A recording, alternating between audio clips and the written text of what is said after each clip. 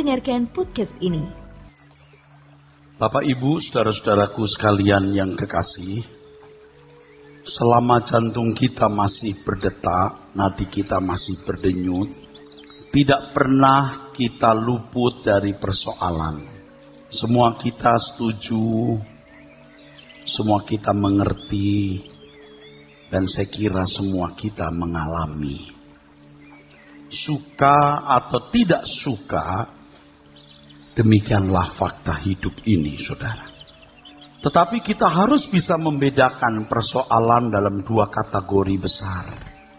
Yang pertama, persoalan yang berorientasi pada pemenuhan kebutuhan jasmani, harga diri, kehormatan, termasuk jodoh, kesehatan, keluarga, dan lain sebagainya.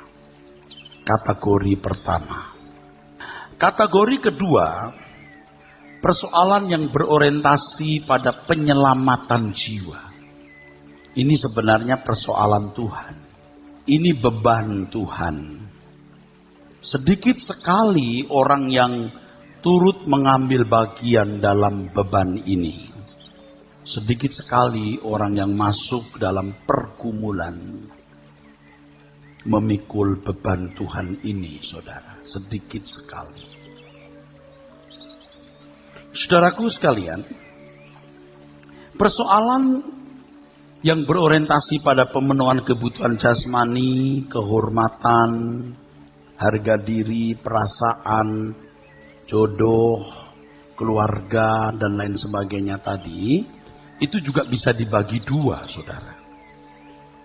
Persoalan yang muncul karena kesalahan kita. Dan persoalan eksternal yang bukan karena kesalahan kita, karena situasi. Ya kalau karena kesalahan kita misalnya malas, tidak hemat jadi miskin. Tidak menjaga pola makan, pola hidup yang baik jadi sakit. Tidak suka mengalah, pemberang, mau menang sendiri, di mana-mana juga akan ditolak orang, kerja tidak akan pernah betah, tidak jujur, sulit hidup nyaman, sulit dipercaya orang, sulit kaya orang seperti ini. Kalau kaya pasti dia menyusahkan banyak orang, pasti tertawanya di atas tangisan orang. Ya saudara-saudara. Jadi karena kesalahan sendiri, saudara. Yang kedua karena faktor eksternal, karena perang, bencana alam, dijahati orang. Ini kategori yang pertama tadi dibagi dua bisa, kategori kedua tidak saya bicarakan secara khusus. Tetapi apapun persoalan yang kita alami, saudara, yang berorientasi pada pemenuhan kebutuhan jasmani, menyangkut harga diri, perasaan, dan lain-lain. Entah karena kesalahan kita, entah karena faktor eksternal, bukan karena kesalahan individu. Tuhan bisa menjadikan itu sesuatu yang baik dan bernilai kekal. Asal ini satu. Kita memiliki tujuan hidup adalah hidup benar. Tidak sederhana, saudara. Hidup benar di sini artinya hidup tidak bercacat, tidak bercela. Yang model atau prototipenya adalah Tuhan sendiri, Tuhan Yesus sendiri. Ini pergumulan yang tidak akan pernah usai sampai kita menutup mata. Yang kedua, kerajaan surga. Kerajaan surga. Orang yang benar-benar menggumuli bagaimana dia bisa hidup berkenan kepada Tuhan.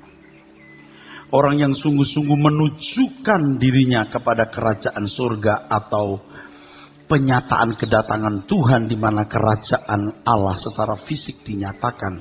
Ini orang-orang yang pasti mengasihi Tuhan. Dan orang yang mengasihi Tuhan itu mendapat privilege, hak istimewa dari Tuhan. Melalui segala peristiwa hidup, melalui segala persoalan-persoalan yang dialaminya, Tuhan menjadikan dia sempurna. Oleh sebab itu, saudaraku sekalian, kita harus berani berorientasi pada dua hal ini, saudara. Ini cara berpikir yang realistis. Jangan berkata, hari gini orang mau hidup suci. Hari gini orang bicara soal surga. Pasti, saudara dianggap tidak realistis kalau hidup berorientasi pada dua hal ini. Tetapi ini satu-satunya pilihan yang kita harus jalani, kita harus pilih, kita harus peragakan dalam hidup. Jika tidak, kekristenan yang kita kenakan itu kosong.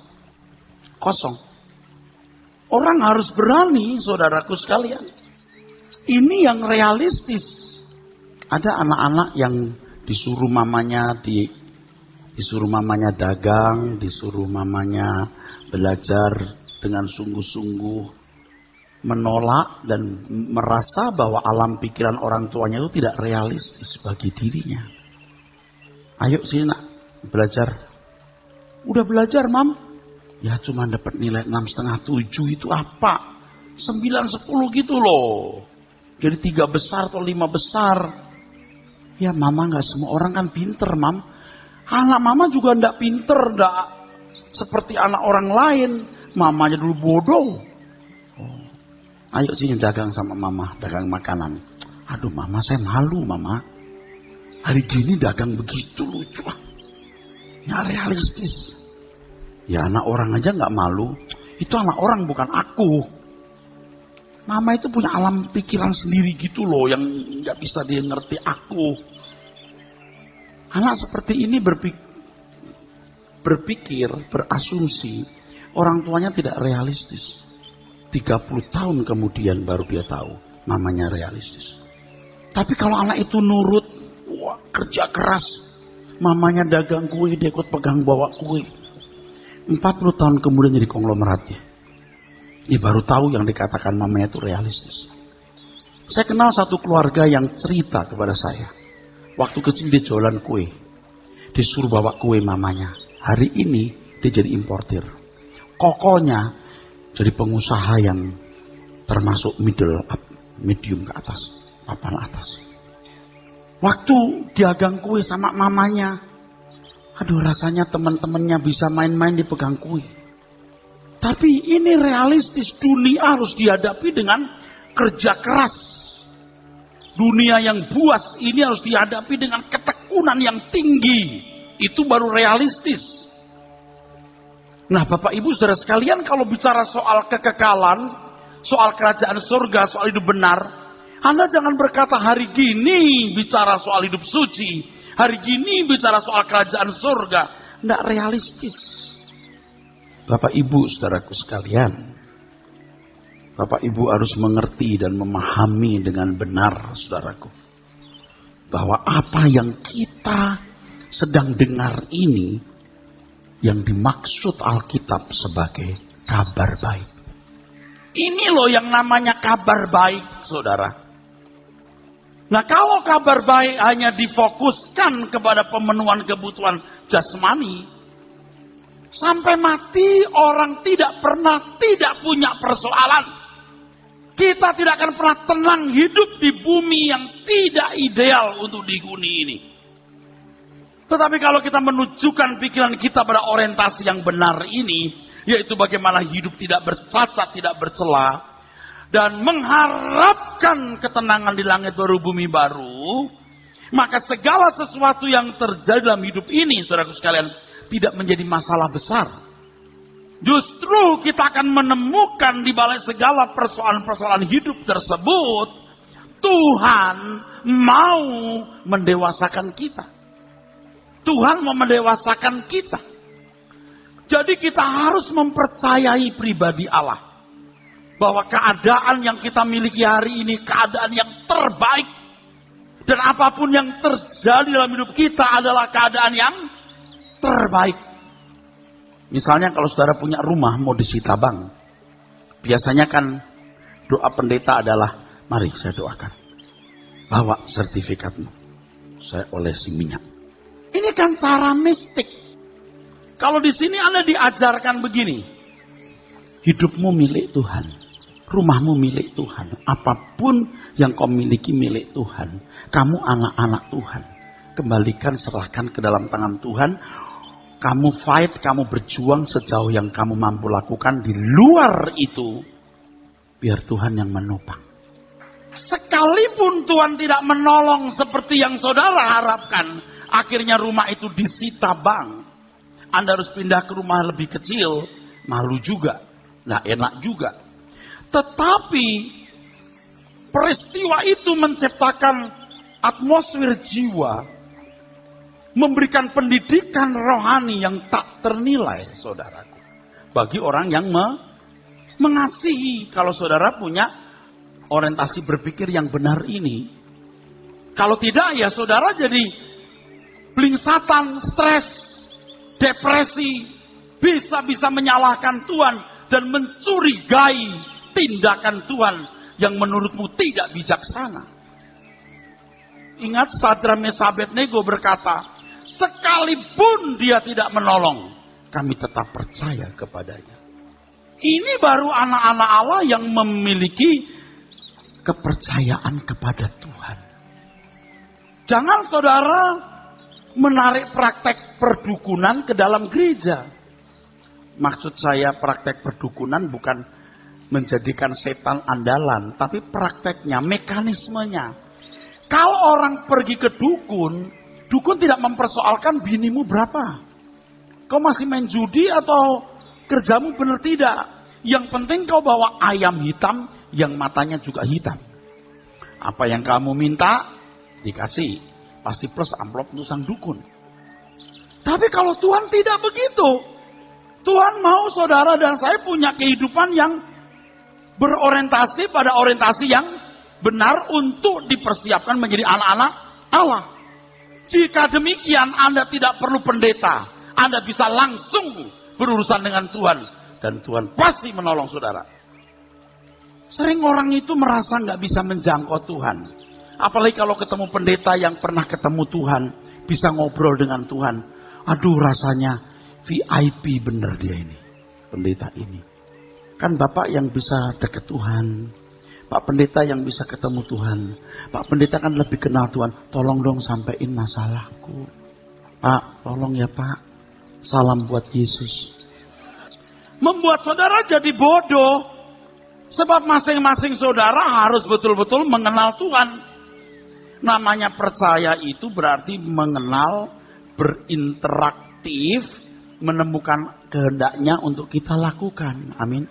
Kalau hanya percaya dia juru selamat, lahir di kota Bethlehem, mati di kayu salib, menebus dosa-dosa dan bangkit hari ketiga, saudara baru percaya sejarahnya, belum percaya pribadinya.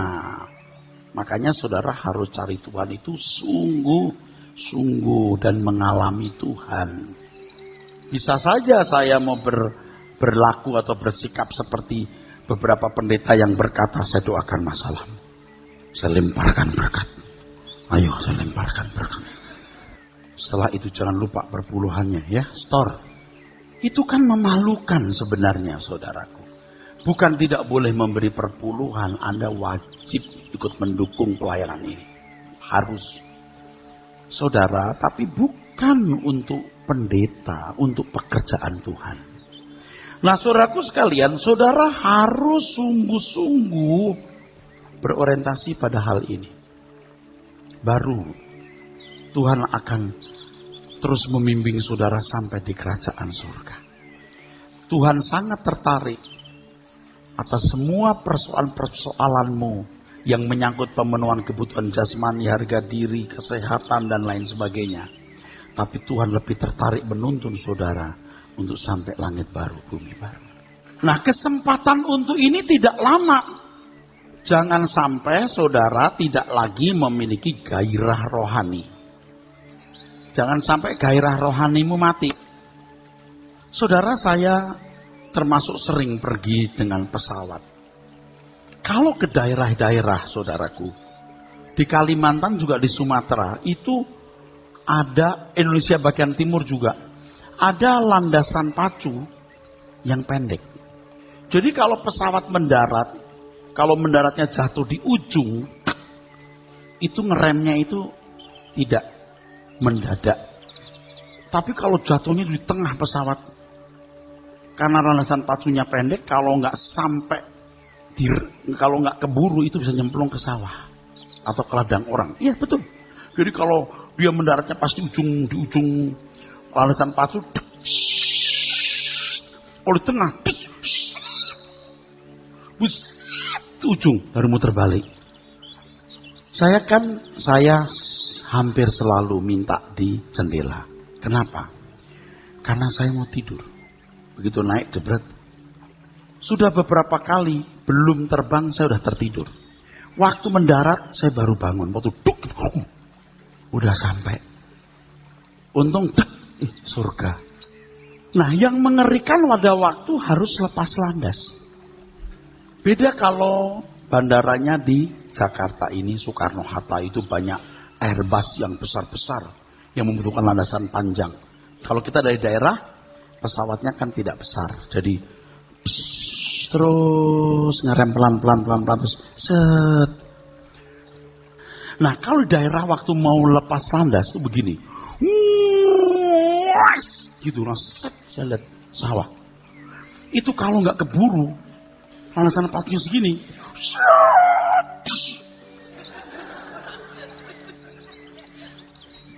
Ngerti saudara? Landasan pacumu itu pendek. Sebenarnya setiap masa itu ada landasan pacu. Landasan pacu anak-anak sekian, remaja sekian, pemuda sekian. Kalau anak-anak tidak terdidik, remajanya susah. Ngatur ngerubah karakternya susah. Remaja nggak terdidik masuk pemuda, lebih susah lagi. Pemuda nggak terdidik masuk dewasa muda, hampir bohwat. Dewasa muda gagal, tuanya selamat tinggal. Itu benar. Kita serius mau mengentaskan orang, saudaraku. Nah, Bapak Ibu ya, waktu remaja pemuda mungkin juga nggak benar hidupnya. Sekarang ini, untung masih ada di sini. Saudara membutuhkan afur yang lebih baik. 6-7 tahun yang lalu kalau saya belum bertobat, jangan-jangan saya belum boleh masuk anggota keluarga kerajaan surga. Kalau masuk masyarakat kayaknya sudah. Tetapi masuk anggota keluarga kerajaan Allah mungkin belum. Jangan-jangan juga tidak masuk surga. Karena saya banyak ngurusi diri sendiri. Orang yang ngurusi diri sendiri, saudaraku sekalian, tidak mungkin bisa melayani Tuhan. Makanya saudara, masalah-masalah kategori pertama tadi, jangan jadikan masalah besar. Entah belum nikah, entah belum punya rumah, entah belum punya anak. Jangan jadi masalah. Itu keadaan yang terbaik yang kau miliki. Sudah percaya saya? Sudah percaya saya? Saya ngomong. Kalau Anda belum punya motor, jangan ingini motor. Nah, gimana dong Pak? Jalani, naik kendaraan umum. Nanti kalau punya duit, beli motor. Itu bukan masalah besar. Jangan, gimana Tuhan belum punya motor. Kalau punya motor enak, lebih cepat jalannya. Itu loh yang jelek. Jalani aja, ya udah enggak punya motor naik kendaraan umum, ya udah. Ikuti saja kan anak Tuhan. Katanya anak Tuhan, ya sudah. Orang lain naik mobil, Anda naik bus, enggak apa-apa. Kadang-kadang orang Kristen tuh malu. Orang naik mobil dia bawa warta gereja, dia sembunyi gini. Ayo numpang, nah ada. Saya dijemput, nggak usah malu. Nggak usah mikir, aduh seandainya punya motor, pulang cepet. Nggak perlu. Itu pikiran-pikiran begitu tuh Tuhan nggak suka. Betapa bahagianya aku. Nggak usah. Aku bahagia dalam Tuhan. Jangan jadi masalah. Nggak usah karena lihat orang malu. Aduh, naik besar. Jangan ingini, saudaraku. Nggak apa-apa naik motor, hati-hati. Terus minggir aja. Di pinggir. Orang di sebelahnya naik mobil. Nah. Terus satu kali lihat mobil. Dijual murah. Gua nggak nengok. Yang begini tuh nggak lama. Tuhan pasti kasih mobil. Tidak pun nggak masalah. Saudara, kalau Anda sudah naik mobil minibus, jangan mikir, wah kalau pakai mobil niaga lebih dingin AC-nya. Sudah naik mobil niaga, wah kalau sedan keren. Sudah sedan keren, mau lebih keren lagi. Tolong deh. You mau hidup lama berapa di sini? Kalau itu untuk performance Anda bisnis, ganti mobil boleh. Tapi jangan Anda duniawi. Seandainya ganti mobil pun Anda jangan anggap itu hal yang besar. Mau pindah rumah, mau beli rumah, anggaplah itu masalah kecil. Namun demikian, segala sesuatu yang kita lakukan harus dalam kontrol dan monitor Tuhan. Amin. Anak-anak muda yang belum punya pacar, jangan blingsatan seperti ikan mujair jatuh ke darat. Aduh, aku belum punya pacar, yang lain sudah punya, aku tidak punya. Help. Kenapa kamu tidak bisa hidup tanpa pasangan? Mesti kamu melekat dengan Tuhan. Tapi Om, di sana orang udah punya pacar Om. Di situ dijemput motor. Di sana dijemput mobil Om. Saya dijemput abang baca.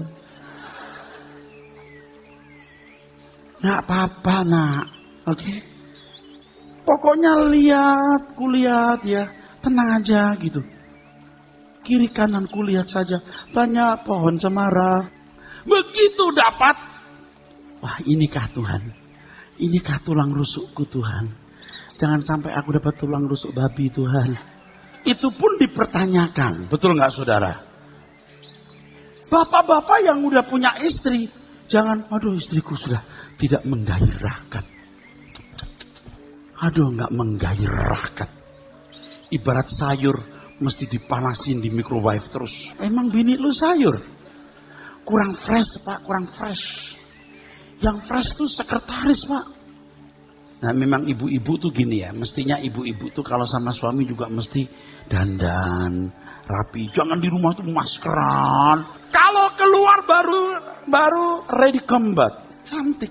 Kalau di rumah, wah maskeran, rambut berantakan, disanggul sana, sanggul banyak cacingnya dan banyak keongnya di sini. Udah gitu pete mentah dimakan. Suami pulang cuma nyanyinya lagu begini. Kemesraan ini sudahlah cepat berlalu. Kemesraan ini.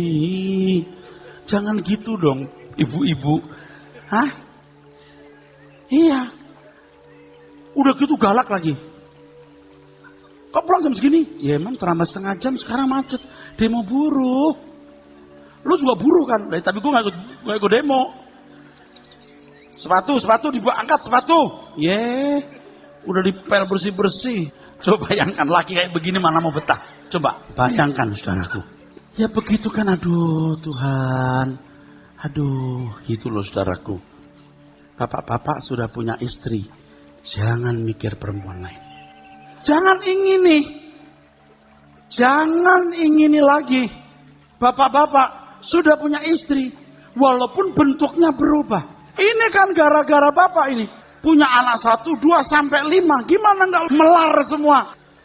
Terus bapak mau lihat lagi wanita lain yang lebih fresh. Fresh from oven. Jangan gitu. Percaya deh. Kita bertobat. Amin saudara. Jangan mikir punya rumah kontrak dinikmati.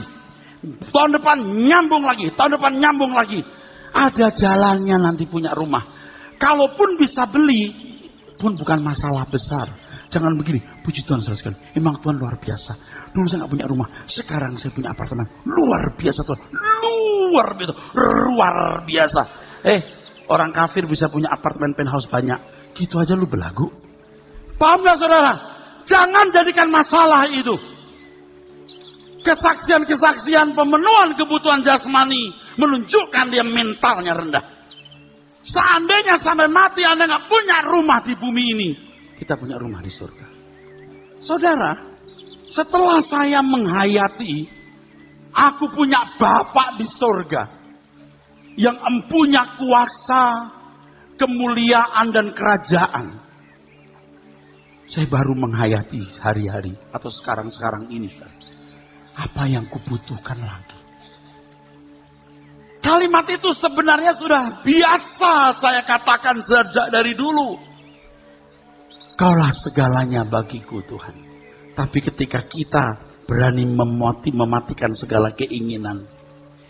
Kita melihat Bapa di surga yang punya segala kuasa. Allah yang menciptakan langit dan bumi, yang mempunyai segala kuasa. Jadi Bapakku, aku kurang apa lagi? Tapi saudara, kalau mau masuk wilayah ini satu, jangan ingini dosa. Jangan ingini kesalahan. Nanti kalau sampai wilayah ini, kebalikan lagi. Kita jadi nggak ingini berbuat salah. Jauh berbuat salah. 2, saudaraku, jangan ingini barang-barang dunia. 3, hiduplah sungguh-sungguh untuk kepentingan Tuhan. Saya tidak cukup punya kalimat menjelaskan. Di situ saya baru mengerti apa artinya kelegaan. Artinya perhentian. Kita baru bisa berkata, Tuhan cukup bagiku. Dan saya ingin membagikannya kepada saudara-saudara semua. Amin. Itu baru kelegaan, Pak. Letih lesu berbeban berat karena seorang mempunyai banyak keinginan. Yuk berpikir realistis. Hidup di dunia ini singkat. Kita harus fokus bagaimana hidup benar. Tak bercacat, tak bercela. Dan mewarisi kerajaan surga. Mungkin ini tidak populer. Tidak apa-apa, tidak populer. Orang-orang kaya pun juga yang belum tersentuh kebenaran, mendengar khotbah ini akan bersikap pesimis, apatis, prejudis, stereotip atau apapun namanya. Diam-diam begini. Kamu tidak tahu. Kamu begini. Kalau saya boleh jujur, saya mau gini. Kamu itu nggak ada apa-apanya. Jangan sombong. Begitu kamu mati selesai. Gereja itu hanya untuk mempersiapkan jemaat menjadi anggota keluarga kerajaan Allah. Bukan untuk euforia karena ada kuasa Tuhan supaya diberkati makan minumnya. Coba kita kembali kepada 1 Petrus 1, saudaraku. 1 Petrus 1, saudara sekalian. Ayat 3. Terpujilah Allah dan Bapa Tuhan kita Yesus Kristus. Betul? Terus? Yang karena rahmat-Nya yang besar telah melahirkan kita kembali oleh kebangkitan Yesus Kristus dari antara orang mati kepada suatu hidup yang penuh pengharapan. Kita ini hidup yang penuh, kita ini memiliki hidup penuh pengharapan. Jadi kalaupun tidak punya rumah, tidak punya motor, tidak punya mobil, tidak punya pasangan, tidak punya anak, itu bukan berarti Anda tidak punya harapan. Harapan yang dimaksudkan Tuhan itu apa? Jangan menjadikan itu persoalan. Kalau Anda menjadikan hal-hal ini persoalan, saudara tidak akan pernah bisa memuliakan Tuhan. Apalagi sampai pada tingkat persoalan memikul salib, sepikiran dengan Tuhan, memikul penderitaan dan beban Tuhan. Tidak bisa. Tidak bisa. Terus. Untuk menerima suatu bagian yang tidak dapat binasa, yang tidak dapat cemar, dan yang tidak dapat layu, yang tersimpan di sorga bagi kamu. Ini pilihan Bapak Ibu. Anda tidak bisa mengalir lalu dengan sendirinya menerima warisan ini. Saudara harus memperjuangkannya. Adalah bodoh dan menyesatkan kalau saudara tidak memperjuangkannya. Terus? Yaitu kamu yang dipelihara dalam kekuatan Allah karena imanmu, sementara kamu menantikan keselamatan yang telah tersedia untuk dinyatakan pada zaman akhir. Iya, Bapak Ibu. Keselamatan yang dinyatakan pada zaman akhir. Tuhan pasti akan datang di awan-awan. Pasti kita akan dijemput Tuhan dalam kemuliaan. Itu yang menjadi kerinduan kita. Sehingga seluruh masalah yang ada tidak boleh jadi masalah besar. Saya ulangi ya, jangan menjadikan sesuatu masalah. Kecuali bagaimana hidup benar dan bagaimana menunjukkan hati pikiran kita ke kerajaan surga. Saudara tidak akan pernah menyesal kalau saudara mengikuti ajaran ini.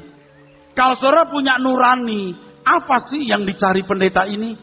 Apa sih maksud khotbah ini? Hanya satu, supaya saudara layak menjadi anggota keluarga kerajaan Allah. Ini yang benar. Ini yang benar. Gereja jangan dijadikan tempat orang jual jasa, menggunakan kuasa Tuhan supaya hidup bisa dijalani dengan mudah. Tidak mungkin, karena masalah tidak pernah selesai, persoalan tidak pernah selesai. Tapi kalau kita menunjukkan pikiran kita kepada bagaimana hidup benar, dan menunjukkan pikiran kita kepada kerajaan Allah yang sama dengan mendahulukan kerajaan Allah, maka semua peristiwa hidup, semua persoalan kejadiannya bisa menyempurnakan kita. Jangan berpikir picik saudaraku, amin. Yuk kita berpikir bangsawan, amin. Jangan kampungan. Anda mau kaya, Anda pakai perhiasan mewah, itu gak ada artinya. Pakai boleh, gak pakai boleh. Jangan Anda nilai sesuatu yang berharga. Yang berharga itu hidup tidak bercacat, tidak bercela, dan menunjukkan hati kepada kerajaannya. Itu baru benar.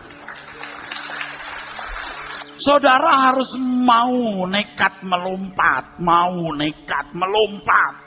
Serius, saudaraku. Terus? Ayat yang ke-6. Bergembiralah akan hal itu. Sekalipun sekarang ini kamu seketika harus berduka cita oleh berbagai-bagai pencobaan. Ini kan ditujukan untuk orang Kristen, kemungkinan berduka cita karena pencobaan itu ada. Dan memang faktanya pada waktu itu orang-orang Kristen menghadapi begitu banyak aniaya. Tuhan Yesus seakan-akan tidak menolong. Seakan-akan Dewa Zeus dan Hermes lebih hebat dari Tuhan Yesus. Kekuasaan kekaisaran Romawi seakan-akan lebih kuat dari kerajaan surga. Tetapi orang Kristen tetap percaya kepada Tuhan. Itu baru namanya unconditional trust. Unconditional trust. Percaya yang tidak terbatas. Nikmati hidup setelah ini. Ini ajaran paling benar. Gak ada keuntungan apa-apa di balik ini kecuali saudara yang untung. Ingat ya, puaskan dirimu dengan keadaanmu. Dan kalau hari ini engkau adalah masalah, tenanglah. Tuhan pasti akan tolong pada waktunya. Dengan caranya. Anda jangan pikir saya gak punya masalah. Saya pun punya masalah. Justru karena saya punya masalah, saya belajar bergantung kepada Tuhan yang hidup. Oke, teruskan. Maksud semuanya itu ialah untuk membuktikan kemurnian imanmu yang jauh lebih tinggi nilainya daripada emas yang fana, yang diuji kemurniannya dengan api, sehingga kamu memperoleh. Jadi kalau Anda misalnya punya rumah mau disita, Anda berdoa, rumah disita, diuji imanmu, tetap nggak percaya kepada Tuhan. Tetapkah Anda mempercayai pribadinya? Jika bisa melewati, Anda tak berkata, aku percaya kepadamu, walau ku tak mengerti. Ini bertumbuh terus sampai akhirnya Anda tidak perlu punya persoalan pribadi. Persoalan yang saudara pikul adalah bagaimana jiwa-jiwa dimenangkan. Bagaimana membela pekerjaan Tuhan. Itu, amin saudara. Nah kalau saudara sibuk terus ngurusi diri sendiri, sampai mati Anda tidak pernah mengawal kerajaan surga. Sampai mati Anda tidak pernah melayani Tuhan Yesus. Dan Anda tidak layak menjadi hulu balang Tuhan. Paham maksud saya? Ayo mumpung kita punya kesempatan. Lewati dulu masalah-masalah yang orientasinya pada pemenuhan kebutuhan jasmani. Tanpa mencurigai Tuhan. Anda pasti akan bisa melewati. Tidak perlu punya persoalan-persoalan keuangan. Persoalan sakit penyakit. Anda dibuat Tuhan diberkati secara finansial dan secara jasmani. Waktu itu Anda baru bisa memikul beban pekerjaan Tuhan. Kalau Anda tidak tertarik membela pekerjaan Tuhan, ya sudah. You bukan siapa-siapa. Membela pekerjaan Tuhan tidak harus di gereja ini jadi pengerja atau memberi uang. Saudara menjadi berkat dimanapun Anda berada. Jadi begini Bapak Ibu, dimanapun Anda berada, Anda bersaksi cerita tentang Tuhan. Gak usah mesti Tuhan Yesus. Kalem dulu perbuatan baik saudara. Ya. Terus. Apalagi di keluarga besar, jangan banyak ngomong. Tunjukkan kelakuan yang baik. Tunjukkan kelakuan yang baik. Jangan banyak ngomong. Udah banyak ngomong tentang Yesus, ternyata pelit. jahat. Orang tambah enak, nggak mau jadi orang Kristen, nggak mau ke gereja. Itu sejak ke gereja tuh, pelitnya dia. Saudara, yuk kita berubah, amin. Diuji imanmu. Nah kalau masalah-masalah yang orientasinya rumah, motor, Anda belum lulus, gimana mau masuk wilayah memikul beban Tuhan? Aduh Tuhan, aku belum punya motor. Aduh Tuhan, aku belum punya mobil. Aduh Tuhan, aku belum punya anak. Tuhan. Yang begini ngurusi diri sendiri, bro. Ini namanya penakut. Dalam kitab Wahyu mengatakan penakut tidak masuk surga. Amin. Orang penakut seperti ini tidak akan bisa melayani Tuhan. Teruskan. Memperoleh puji-pujian dan kemuliaan dan kehormatan pada hari Yesus Kristus menyatakan. Puji-pujian, kemuliaan dan kehormatan. Itu yang kita cari, Pak. Walaupun tentu bukan tujuan akhirnya. Tujuan akhirnya kita melayani Tuhan. Tapi orang yang sejak hidup melayani Tuhan, itu orang-orang yang akan menerima kemuliaan, kehormatan dan puji-pujian. Amin. Halo. Pak, nggak jelas itu, Pak. Oh, kalau you percaya, percaya ini. Kalau Anda merasa itu tidak jelas, Anda tidak mau, ya silakan. Resiko ditanggung penumpang, saudaraku. Tadi saya singgung Wahyu 21:8. Deilos.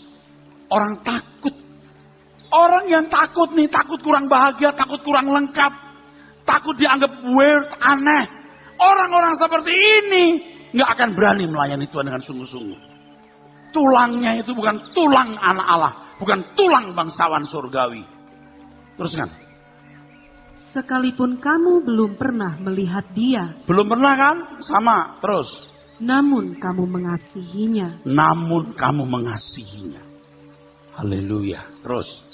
Kamu percaya kepada dia, sekalipun kamu sekarang tidak melihatnya. Sekalipun kamu sekarang tidak melihatnya. Kita belum pernah bertemu muka dengan Tuhan Yesus. Tetapi kita mengasihi Tuhan. Kita belum melihat wajahnya. Tapi kita berani untuk berbuat apa yang Dia kehendaki. Dan lewat rohnya pasti Tuhan berbicara kepada kita. Dan betapa rindunya Tuhan bertemu dengan kita. Bukan hanya kita yang rindu bertemu dengan Tuhan. Yang kepadanya kita mempertaruhkan hidup kita. Tuhan pun juga rindu bertemu dengan kita. Dan mau menunjukkan bahwa apa yang kita lakukan bagi Tuhan tidak sia-sia. Apa yang kita perbuat untuk Tuhan tidak sia-sia. Percaya apa yang saya katakan ini benar, saudara.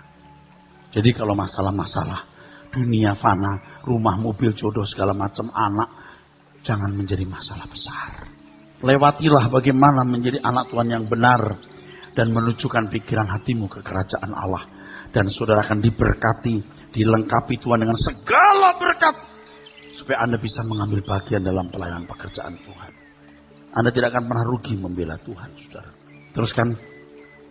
Kamu bergembira karena sukacita yang mulia dan yang tidak terkatakan. Saya baru menghayati ini hari-hari ini. Gembira hati kita. Saya tahu kalau orang-orang main lotre itu, ya itu seperti candu, supir becak. Udah kerja capek-capek uangnya untuk beli nomor, dia punya harapan besok dia dapat. Besok nggak dapat, dia bikin lagi, cari kayu lagi, becak, dia beli nomor lagi. Ada sukacita di balik capeknya, karena ada pengharapan. Pengharapan yang belum pasti. Sedangkan pengharapan yang kita miliki itu pengharapan yang pasti, saudara. Saya berharap kita semua disadarkan Tuhan, saudara. Oleh sebab itu mencari Tuhan, mengenal Tuhan, itu hal yang terutama. Saya berharap saudara-saudara sekalian mempersiapkan diri untuk terus dipenuhi dengan kebenaran. Amin.